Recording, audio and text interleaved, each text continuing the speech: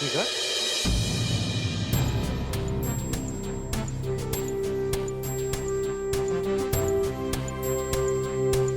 ચીગલા આ ખોટું છે યાર. અરે મહેસાણા જેવું હતું તો મને કહેવું તો જોઈતું હતું તારે. કેમ તું મને રોકી લેતો?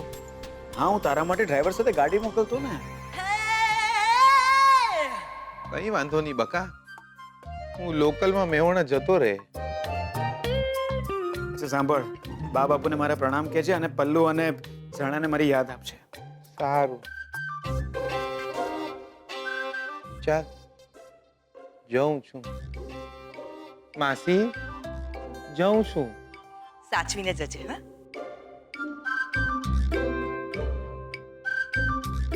અને હા, પહોંચીને તમે ફોન કરજો તરત જ. સારું, પેલા દરવાજા સુધી મૂકવા તો આવો. હા ચાલો.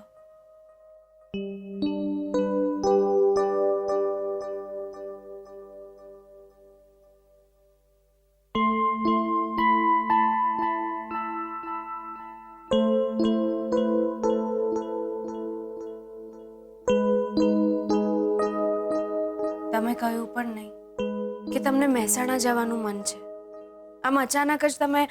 તમને તમને ના ગમ્યું? ના, તમે ઘરે જશો તો મને તો ગમશે, પણ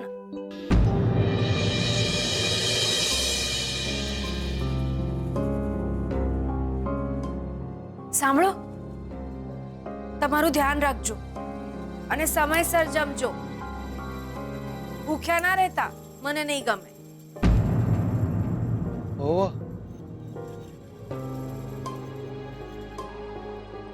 તમે તમે યાદ કરશો મને?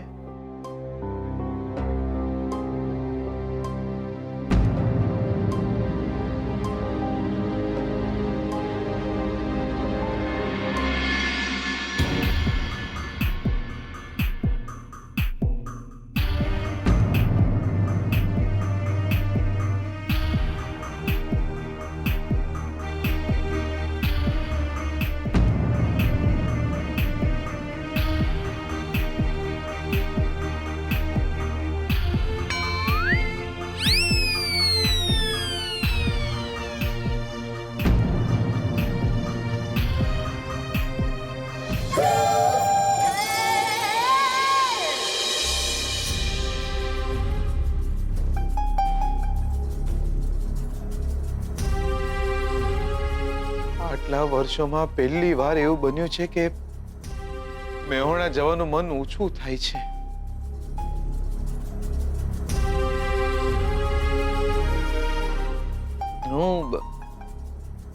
હું જાઉં છું. હા.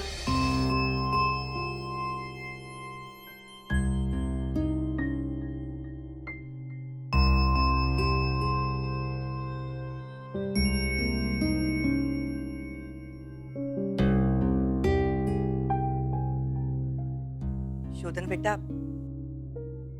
જીગરે પહેલા કહ્યું હોત તો સારું થાત. એને સરખી સગવડ કરી આપત આપણે. લક્ષ્મી બેટા, જીવેનબા, શોધનનું ધ્યાન રાખજે.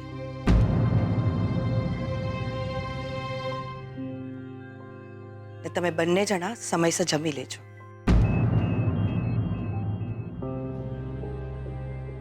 એટલે ભાવનગર જઈ રહ્યા છે. હું, દાદા, દાદી, સારિકાબેન, રંજીત કુમાર બધા આવવાના છે. અરે ભાવનગર અચ્છા, શું થયું?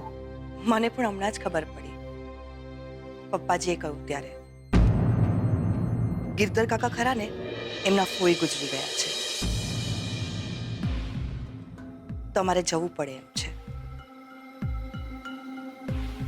અને હા, તમારા બંનેના લગ્ન થવાના છે, એટલે તમે બંને નહીં આવો તો ચાલશે એવું પપ્પાજીએ કહ્યું છે. કાલે વહેલી સવારે નીકળી જઈશું. પરમ દિવસ સુધીમાં પાછા આવી જઈશું.